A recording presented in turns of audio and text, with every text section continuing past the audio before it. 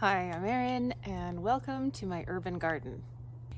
It is not even May yet, and I am already out in the garden breaking the rules. I am about to transplant my first tomatoes out into the garden. I like to get them out early to get a head start on the season and to get an early harvest. I'm going to show you how I do it. Now, you might know that there are two types of tomatoes. There are determinate and indeterminate. Determinate have a predetermined size to them. They're also called bush tomatoes.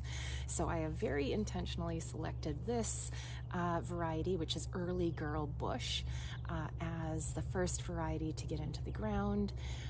If you are looking for tomatoes that are more tolerant of cool weather, I would look for names that indicate that you can get them out early. Again, Early Girl is this variety here.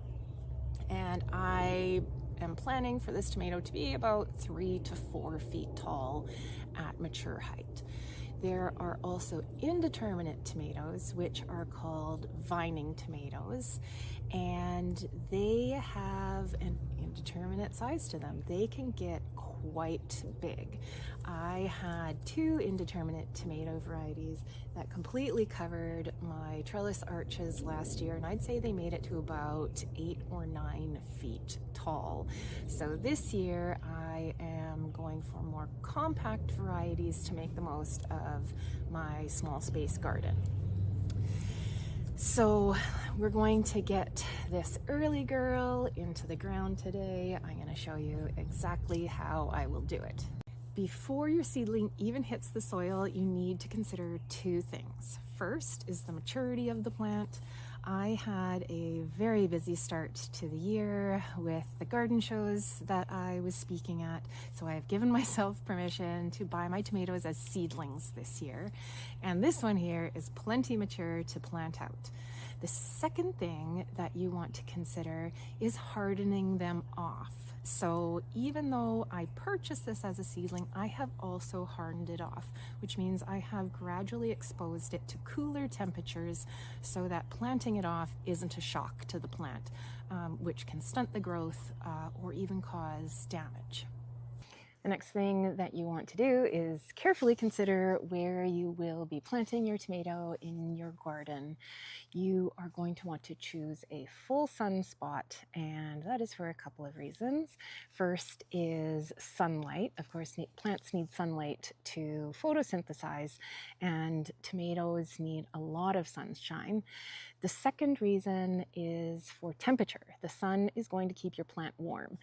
Tomatoes are considered a warm or hot season crop.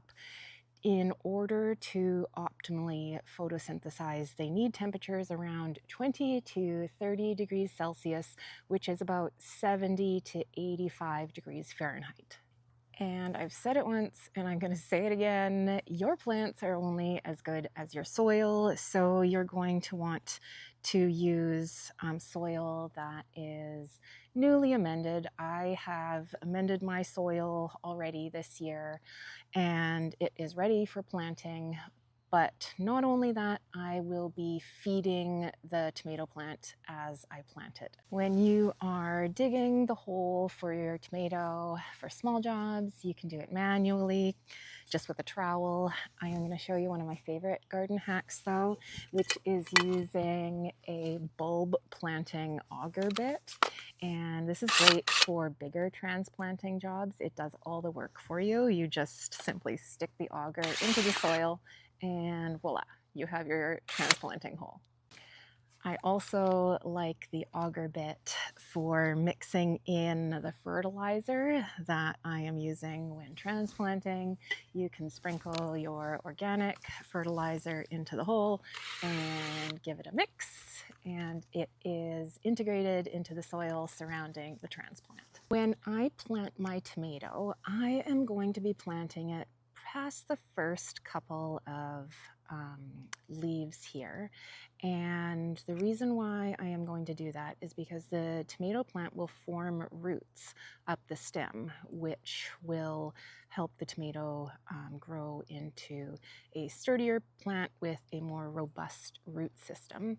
And what I'm going to do prior to planting it is I am going to prune off the cotyledons, which are the seed leaves at the bottom. And I am going to prune the first couple of leaves off the stem so I can plant the tomato nice and deeply into the soil. And in it goes. This is a really nice and healthy seedling. It is not root bound. It has a lovely root system. I am going to peel back some of the roots so that they can extend into the surrounding soil instead of becoming tangled around the base of the plant. And once I have done that, it's ready to go in. And there it goes, nice and deep. I am going to bury the soil surrounding the stem, and it is ready for the next step. Now, here is the most important step in getting your tomatoes out early. It is by using season extenders. Again, it is the end of April, so it is still quite early for getting tomatoes out. And the way that I do this is by using cloches. It is really important to use a clear container. You can use glass or plastic. I have many of these cloches that I use for transplanting. Essentially, it creates a little mini greenhouse over top of your plant. It retains warmth and humidity. I like to use cloches that have vents to help with air circulation, but you're still going to need to be attentive to your plant for signs of stress, because these do heat up quite quickly. Cloches come in many sizes. This one here is too small for this tomato, and I don't have any larger ones right now. But there is a very inexpensive solution to that, and it is by using your tomato cage. So you're going to get it in place over top of your tomato seedling. You will probably be using one of these anyways, especially when it comes to bush tomatoes. Tomato cages are not as helpful for vining tomatoes because they get very large. So that's another reason to want to know whether your tomato is bush, which is also again called determinate, or vining, which is called indeterminate. So I've got my tomato cage in place around my seedling. And what you're going to do is take a clear plastic bag and place it over top of your tomato cage, and this is going to act like a cloche.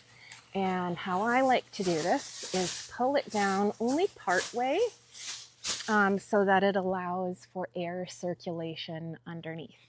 This is going to trap some of the sun's warmth. It is going to act like a greenhouse, and it is also going to help with regulating humidity surrounding the seedlings.